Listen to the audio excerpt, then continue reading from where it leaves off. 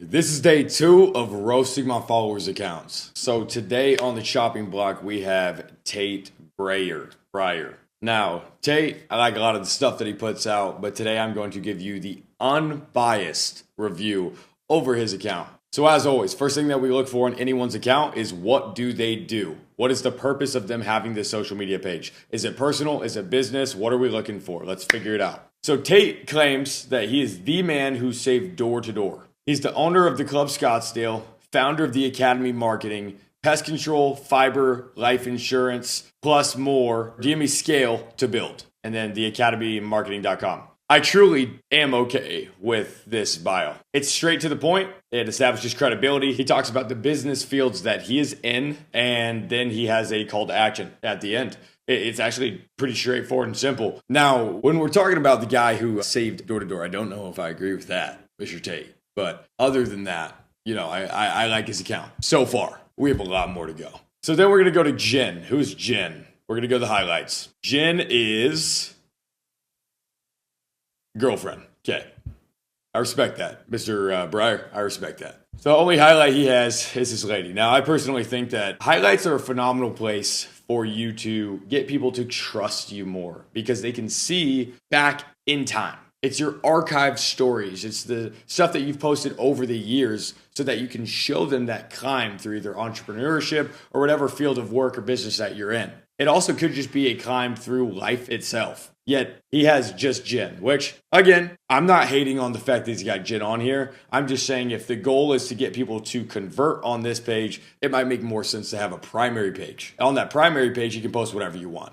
But on this page right here, I definitely would say, let's get some highlights on there. Let's show people your progress through sales, through business, through the pest control, fiber, life insurance, and more things that you've gone through, especially if you didn't start taking reels like a long time ago. And you did at least post stories. That is the way to cover the ground or to cover the amount of time that wasn't documented on video in some way, shape, or form so people believe it happened, so people can click through and watch the different highlights, the different stories that you've posted over the years, showing your climb in business. So I would like to see more highlights here, Tate, but it's still good. And then moving on. So we go to the primary page. Okay, so he doesn't have any of his videos, from what I can see, on his primary page. Maybe I'm wrong. Nope. It's all just photos. So with it all being photos on his primary page, I don't think it's bad. But I don't think that for the purpose of conversion or building credibility, that you have anything on your page that really gets people to think that you're doing anything other than just having your personal profile. Yeah, in the bio, you were trying to convert people, but you land on your page, especially as someone that doesn't have any idea who you are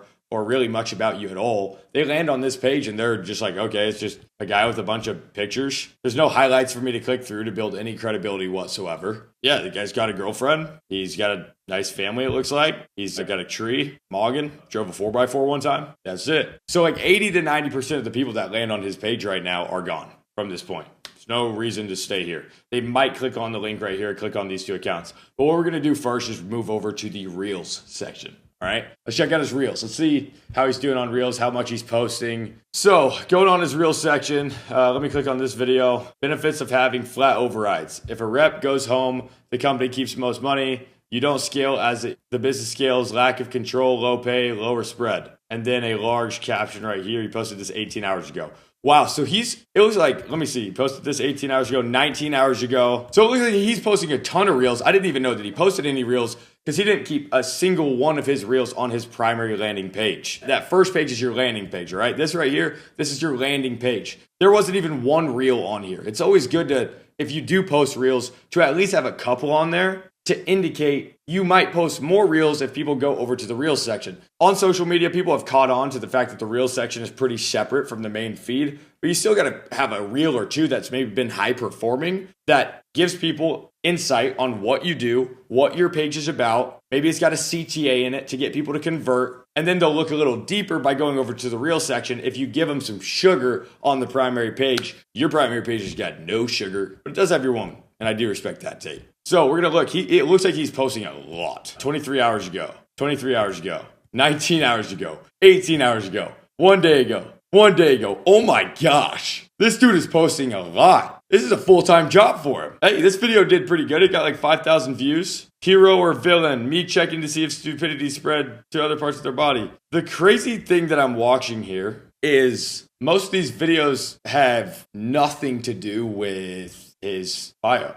The purpose of the page is very different than the videos that he's posting. Now, I guess he does post some videos that talk about the business that he's in, for sure. I can understand that. And I'm not against people posting other types of videos and making funny stuff. I do that too. Everyone does that. But like going through, it's just like, dude, he's spamming. He's spamming videos right now. And the whole point of our personal brand, the whole thing that we're going for is to get people to know, like, and trust us. Okay? If they know me because I get my videos to go big and a lot of people see it, then they can land on my page. They'll see more videos from me, different style of videos, hopefully, that make them start to like me. And then we can get them to trust us by providing them some type of value. That's why I talk about my 3-pillar strategy. And if you guys want to learn deeper into these like strategies, the know, like, and trust and all this kind of stuff, you can go over to my business page where I go super in depth about that. It's just in the bio. But besides that, going back onto Tate's account right here, it just looks like he's posting a shit ton and really getting like no traction,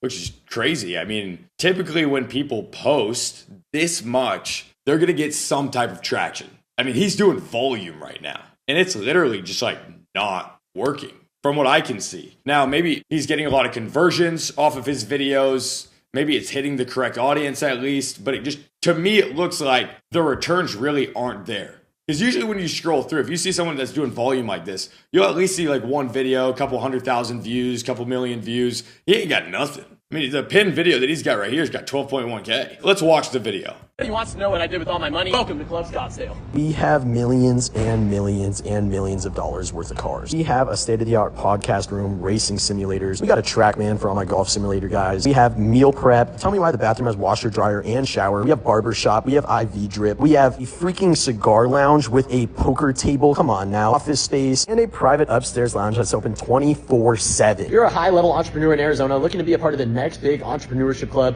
reach out to me and let's get to networking. Yeah, that was really good. I liked that a lot. Other than the fact that he lost the majority of the people in that hook going Mr. MD here. So with hooks, you've got to have a visual hook and a verbal hook. And hopefully a caption hook as well. You have to have 2 of the 3. And I'm not going to get too into detail with this, but he didn't really have a visual hook. Like the background is but it doesn't really like catch my eye. There's nothing like that stops the scroll. There's no text on the top to indicate what this video is going to be about. So it gives me no reason to continue watching. And verbally, the first thing I hear is Mr. MD here. What the fuck does that mean? Mr. MD here. I'm like actually trying to think, Mr. Marketing Director. So this is Mr. Marketing Director, or MD could be perceived so many different ways. He's actually trying to say Mr. Marketing Deal. Okay, so he's cornering himself in a niche. This video isn't tailored to just door-to-door people.